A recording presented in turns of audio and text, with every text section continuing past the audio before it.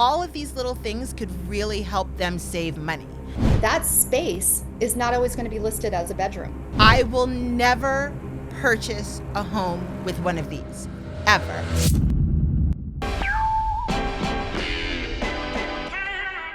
Are you buying a home with or without an agent? And especially without an agent, we have the top 5 secrets that you need to know, you need to look out for before you buy that home.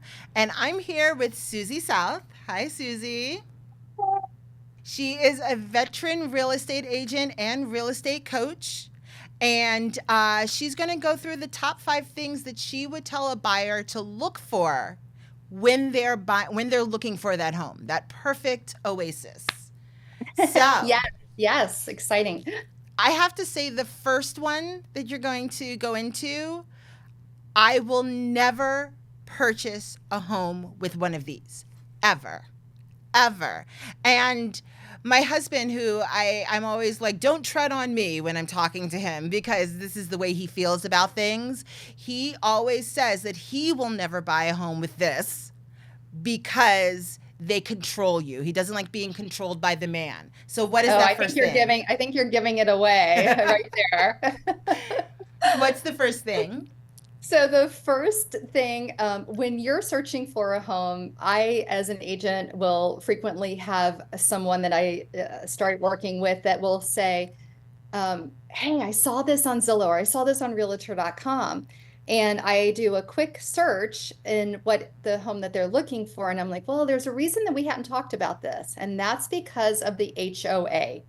So HOAs, homeowners associations, there's fees that are involved in buying a home in an HOA in a community. And sometimes it puts you over budget. Completely. And here in New Jersey, I have paid fees, or I've seen people pay fees that are in the thousands. And let's not even talk about New York City, where your HOA fee or what you're paying in your maintenance fee could actually be as much as or more than your mortgage. So HOA, but my family doesn't like HOAs because they can tell you not to put like Santa out on your lawn. They tell you how high the grass should be. Don't paint your door that color. And we're like, it's our land. We're going to do what we want with it. And especially if you're an investor, it's harder to resell. If you're flipping, it's harder to resell, and it's harder to make the changes that you want to make. There's a bunch of things that you just said that I'm going to tick through them, actually. Okay, go ahead. So I think, there was a lot in what you just said. One of the big ones is if this is for you, if you're buying a home for yourself and you are going to be purchasing and you have a budget, what is that fee going to be? So we say HOA's fees, also condo association fees, or association fees in general is probably a good way to think of it, because it can be termed differently on the type of home that you're going to buy. For you personally, if you're going to live there, yes, you may not be able to put your Santa up in your yard until a certain day, or maybe not even at all. Or your pink flamingos. Or flamingos. Yes, I do live in Florida. I do not have any flamingos, though. Okay. That's yeah. I'm a native Floridian, so we don't typically do that. But you have what color you're going to paint your house. If you can have a car in the driveway that has signia on it. I'm a real estate agent, so I am not supposed to have all of the information on the side of my car or wherever that tells people what it is that I'm doing. It's a commercial vehicle. So things like that, they are stipulations that when you buy, you need to see what does it say that you can do.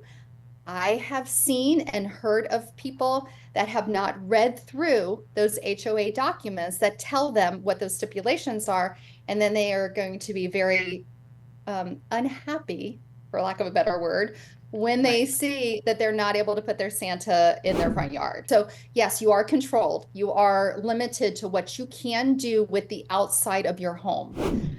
Now, if you are an investor, it's not, yes, part of it is going to resell it. You're possibly going to have a challenge. The other part is you may not even be able to buy it as an investor because you are only able to purchase. If it's a community that has stipulations on Are you going to be able to buy it and then rent it out? So let's say you wanted to rent it.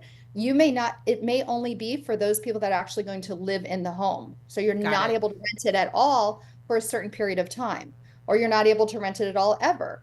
Or you might have well, there's just a bunch. There's a If it bunch of comes to yeah, stipulations. there's a bunch of different things. With a condo, the other thing is your condo, you're going to be limited on when you can do those renovations as far as the timing of the day and the days Yeah. of the week.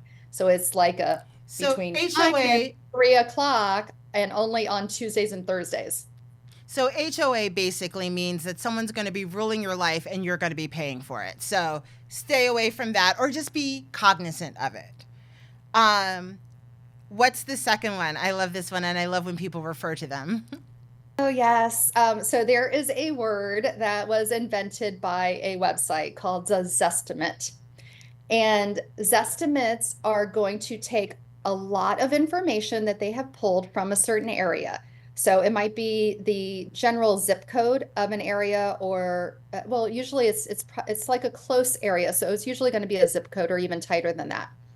And they're going to come up with, if this is a 3-bedroom home in this part of the zip code, it's probably going to sell for XYZ, 500,000. So if you're in this part of the community, or I'm sorry, this part of the zip code, and you are in a 3-bedroom home and it is a 2,000 square foot home, it's going to sell for X. What happens with that is, let's say you're in an area that has homes that were built 50 years ago and then homes that were built 5 years ago. The home that was built 5 years ago is going to have updates. The home that was built 50 years ago, maybe it's original, but they're the same square footage.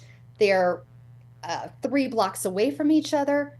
The Zestimate doesn't know that there's differences between those homes because that home could be original, but it also could have been gutted. Is that going to be the same price as the new home, or is it Well, going to be more or less? In our buyer's course that you did with the Center for Real Estate Education, you said something that I thought was great. You said Zillow can't read pictures yet, right? So as you're scrolling through, when you see that that's original kitchen, original bathrooms from like the 1970s, right? You're going to know that it can't be as much as that house that has a fully updated and was just made 5 years ago and is a smart home. It doesn't know the difference. It can't see the difference for you.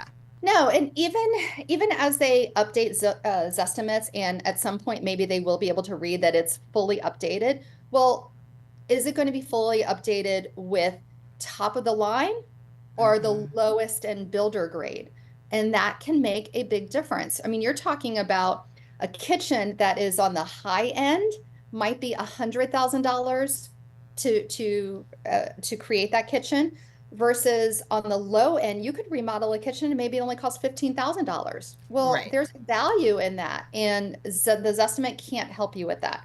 Now, Zestimates, if you're in an area that is mostly homes that were built at a certain period of time and within a very small number of years, it's probably going to be a lot closer. But if you go into the fine print of the Zestimates, it's going to tell you that there is a margin of error, and the margin of error can be 5% to 10%. Well, And in money, that makes a lot of difference. yeah, 5% of a $500,000 house is $25,000. That's the So only math I know. I always talk about 500,000 because I know that math. Don't ask me for anything else. so we know that you should take Zestimates with a grain of salt. Yes. Yeah. Okay. Exactly. Now, this you also talk about in our buyer's course, about bedrooms versus additional space. Tell me about that. In my area, we have a lot of homes that are built that may be a 4-bedroom house with a den. So again, when you're searching, the criteria is going to say how many bedrooms. And so you might put in 4 bedrooms. Well, maybe you do need 5 bedrooms, or in your mind, you're thinking you need 5 bedrooms because your family dynamics are that you want to have 4 bedrooms for the people that are going to live there. And then you need that extra space for an office. You work from home, or somebody in the home works from home. that space is not always going to be listed as a bedroom. In Mm-hmm. many cases, it's not listed as a bedroom. It might be a den. It might be a rec room. It could be a finished basement. And all of those spaces might work for whatever it is that you need, but they're not going to be listed as a bedroom. And so the search criteria, if you put in that as a bedroom, you may be missing the most amazing house that's going to be perfect for you. And value wise, it might even be something that doesn't cost you as much money. And tell me if I'm wrong. If you put in like 3+ bedrooms, usually when you're reading through that description, it'll say bonus space or something like that, because sometimes those spaces just legally can't be called a bedroom. They don't have a closet, they don't have the requisite window or whatever it is. You need to read through what it says, and then also keep in mind reading through what it says is all dependent on the agent that wrote the description Mm-hmm. and or the buyer, or I'm sorry, the seller that wrote the description. So not everybody is going to use the same language, and Lingo. they may not yeah, they may not even be thinking of that. I remember I showed a house, they wanted to have an eat-in kitchen and a formal dining room, and Mm. they ended up buying a house that just had the extra space that they ended up using and making some minor modifications to turn it into a formal dining room. And it Makes worked. sense. Yeah. It worked. So the next one I actually talk about in our buyers course, our home buyers course, agent free, zoning and future developments. I am so big on people before they move somewhere checking with the zoning office. And Eric, who's usually on the podcast with us, um, he talks all the time about someone that he knows that bought a house that was zoned for one thing, and then a couple weeks after he bought it, the zoning changed and all of their future plans for that house went out the window. So talk to us about zoning and future developments. That's a good example. So from an investment perspective, you absolutely want to know Right, what's investors need to know. Right. yes, investors definitely need to know. Well, also as a consumer that is purchasing a home that you're going to live in, so I'll use myself as an example. If you were to look outside my back area, I have a beautiful pool, which, that's a whole nother subject that we can talk about when it comes to real estate, is building a Well, yeah. pool. Yeah, that could be a nightmare. And yet, beyond my backyard is a farm. So I look like I have, I don't know, 30 acres behind me. But if you walk out my front door, I'm in a regular Florida community. What I'm always watching is what's going to happen behind me. So we bought this home knowing that, okay, at the moment, they weren't building behind us. That farm is eventually going to be sold because it Mm. can be sold and it can be turned into single family homes. Well, we know that. If it was zoned when we bought it that they couldn't do that, then I would have known that. But we bought it knowing the risk that what can happen behind me. So whether it's my personal circumstances, which I'm still enjoying the farm view, at the And the moment, horses. and the Don't, horses, yeah. yes, Right. yes, horses and cows behind us. Mhm. And yet, if I were looking at a house that has an area 2 streets over that could be turned into a strip mall, well, that strip mall could be a strip mall that ends up with, the 7-Eleven and the gas Right. station and all these other things that you may not want to be that close to a strip mall, which we all need gas, we all need all of those things. But do you Also, want to have it 2 streets over? I know a situation where a couple people have moved into an area that now has a huge housing development going up, which is going to change the dynamic of the school system because it's going to include a lot of 2 and 3 bedrooms, which means a lot of families or people with children, which changes the number ratio of teachers to students in that school system. So if something like that is going to happen, you definitely want to go and say, hey, what's the plan for the school Right. system, especially if you have young kids going in there? And how's that going to affect your taxes? And lastly, as something that could be that can affect the value of your home, which school systems affect the value of your home, by the way, is this going to affect your view? Because Ah, maybe you're looking outside your back area and your deck or what have you, and if this is behind you and they're able to build a apartment complex or an office building, you're looking at something beautiful that And it could might turn be a into big looking at building, concrete, right? concrete, and somebody else is taking a shower. Okay, on that note, the last one, the last big thing that home buyers should look for or look into before they purchase that home. What's that? That is the keywords that are in the description. So we as agents use keywords for a few things. We use it for the internet gods to know what is going on in that home, that it could possibly, if somebody's searching, that is going to bring that information forward. However, when you're looking as a home buyer, so I'm looking for a certain type of home, and I love an open floor plan. I want to have where my kitchen is in the home in such a place that people can be hanging out, watching a game on the big TV. And then to the other side, people can be socializing, having a glass of wine, and everything is all open. So that's your open floor plan. Well, in the description, open floor plan should be in there. They may not be using the word open floor plan. They could be using all these different areas. Like, what's another word for that? A combo, a kitchen living room combo is something that I see quite often. And what's so interesting, because I do so much training with real estate agents, I see this and I'm thinking, who uses, not that many people use combo. They typically use open floor plan. And it's just a matter of how the person is describing the property, and just be aware and read through what you're reading, if that makes sense. Like read into between the what lines. You're reading. Right. Read between the lines. We talk about offices and dens.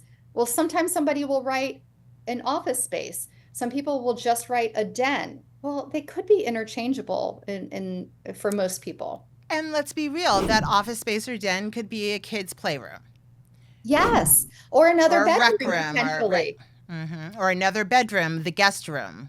Exactly. It could be a guest room. It can be so many other things. And so when you do read through that, because the pictures aren't going to show it necessarily, you're going to see a room, and however they've staged that room, you may not realize that, okay, yes, it's staged as a bedroom, but it could be an office, or it's an office and it could be a bedroom. It's just a matter of putting a door. Well, that was wonderful. And I have to say that you go through, and so do I, we both do, in the Center for Real Estate Education's Agent-Free Home Buyers course. And for buyers, we made it for buyers who want to sidestep having an agent because of the recent changes and having to pay more money potentially for a buyer's agent, not being able to wrap that up into their mortgage and so on. But really, the home buyers course is really for anyone who wants to buy a home and wants to know in detail what are the steps and what's happening, because all of these little things could really help them save money. So if you're interested in the home buyers course, go to recareercenter.com/agent-free. But just to sum up everything, and thank you, Susie, because these things are something that people don't even think of when they're searching for their home. HOAs, be cognizant. I say stay away. Zestimates. They can be 5 to 10% difference, which is a lot of money when you're dealing in the hundreds of thousands of dollars. Be sure that you're going a little bit lower when you're looking for bedrooms, because it might have bonus rooms or flex rooms, right? That's right. The next one was zoning and future developments. You need to look into that and know before you buy. And the last one was keywords. Yeah, you want to be reading into what you're reading and read between those lines and understand this could be a great house, and it's just listed in such a way that you may not have even considered it. Thanks for watching this episode. Now don't forget to like, subscribe, and leave a comment, and we'll see you next time.